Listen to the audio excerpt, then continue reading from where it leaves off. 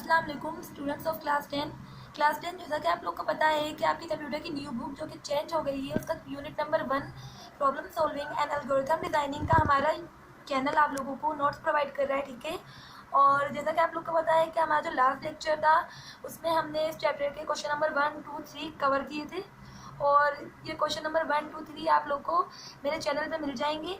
और इसके लिए आपको मेरा चैनल लाइक करना पड़ेगा और सब्सक्राइब करना पड़ेगा। तो प्लीज़ आप लोग मेरा चैनल लाइक करें और सब्सक्राइब करें। ठीक है, तो हम चलने बढ़ते हैं अपने क्वेश्चन नंबर 4 की तरफ। देखिए क्वेश्चन नंबर 4 क्या दिया हुआ है, डिफाइन एल्गोरिथम। आंसर देखें, एल्गोरिथम हेडिंग आ जाएगी, an algorithm is a set of instruction, set steps, rules that are followed to solve a problem. It is a tool for solving a well specified computational problem in our daily lives as well.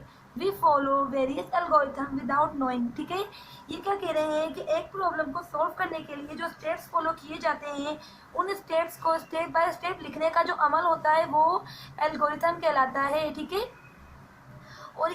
और जो हमारा algorithm होता है वो finite set होता है, यानी an algorithm is a finite set of instruction, यानी महदूद होता है, यानी जो हमारे जो स्टेप्स हैं वो महदूद होते हैं, यानी जो स्टेप्स हम लिखेंगे वो कहीं तो ख़त्म होंगे ना, इसलिए ये फाइनाइट होते हैं। ठीक है, तो जो स्टेप बाय स्टेप लिखने का जो अमल होता है किसी भी प्रॉब्लम को सॉल्व करने के लिए, उसे हम एल्गोरिथम कहते हैं। ठीक है, for example we follow a set of instruction while driving a car. जैसे कि अगर कोई न्यू कमर कार सीख रहा है तो कार सीखने के लिए उसको जो स्टेप्स फॉलो करने पड़ेंगे वो step by step he follow होंगे। ठीक है, जब भी वो कार के जो इंस्ट्रक्शंस होती हैं, अगर वो बिल्कुल प्रॉपर इंस्ट्रक्शंस फॉलो करेंगे तो ही उसे एक अच्छी ड्राइविंग आ सकेगी। ठीक है, और फिर नंबर 2 देखें, we follow recipes in cooking food और मेकिंग टी। ठीक है, जैसे कि हम कोई भी केक बेक करते हैं या फिर मेकिंग टी, चाय बनाने में हम एक step by step procedure follow करते हैं। ठीक है, अगर हम केक बेक में जो हम केक बेक करते हैं अपना, उसमें अगर हम step by step procedure follow नहीं करेंगे, इंग्रेडिएंट्स हमारे आगे पीछे हो जाएंगे, तो हमारा केक में कोई कमी बेशी रह जाएगी। ठीक है, और इस तरीके से चाय बनाने में भी कुछ स्टेप्स होते हैं जो हम रोज़मर्रा की ज़िंदगी में रूटीन में फॉलो करते हैं। ठीक है, इस तरीके से तीसरा देखें, we follow a daily routine after waking up in the morning. ठीक है, तो हम एक डेली रूटीन फॉलो करते हैं रोज़ सुबह उठने के बाद। ठीक है, और लेकिन ये जो हमारे जो एग्जाम्पल्स दी हुई हैं ये आप लोग लिखेंगे नहीं, क्योंकि बोर्ड में ये एग्जाम्पल्स आप लोगों से नहीं मांगते हैं। ये सिर्फ मैंने समझाने के लिए आप लोगों को 3 एग्जाम्पल्स दिए हैं। बोर्ड में सिर्फ आप लोगों से ये डेफिनेशन मांगेंगे। ठीक है, एल्गोरिथम की। तो अब आगे बढ़ते हैं, ये कह रहे हैं this step by step instruction that we follow every day are algorithm to solve certain problems.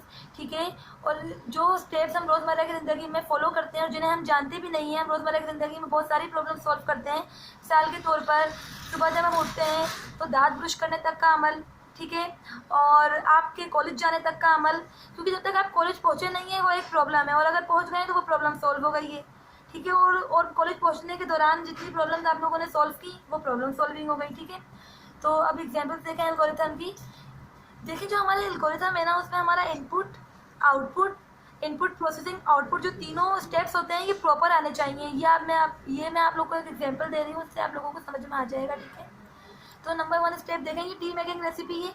Number 1 step पे हम क्या करते हैं, स्टार्ट। नंबर 2 पे place the fresh water in the pot, किसी भी बर्तन में साफ पानी लेते हैं। ठीक है, फिर नंबर 3 स्टेप पे बॉयल दी वाटर, फिर हम चाय बनाने के लिए उस पानी को बॉयल करते हैं।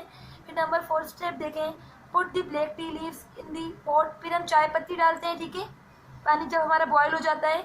फिर नंबर 5 स्टेप देखें, after that add some milk in the pot, फिर जब हम पानी हमारा बॉयल हो जाता है, हम जब उसमें चाय पत्ती डालते हैं उसके बाद हम उसमें मिल्क डालते हैं। ठीक है, नंबर 6 स्टेप पे देखें, ऐड सम शुगर, फिर उसके बाद हम थोड़ी सी चीनी डालते हैं उसमें।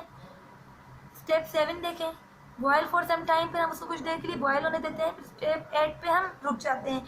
तो क्लास हमारा जो स्टेप 1 से लेके स्टेप 5 तक का जो अमल है, यानी स्टेप 6 तक का जो अमल है स्टेप 1 से लेके, ये हम इनपुट दे रहे हैं। ठीक है, हम एक पेपर पे ये सब कुछ हमारे जो स्टेप्स हैं ये क्या हैं, सारे इनपुट, यानी हमने एक पेपर पे इनपुट दिया है।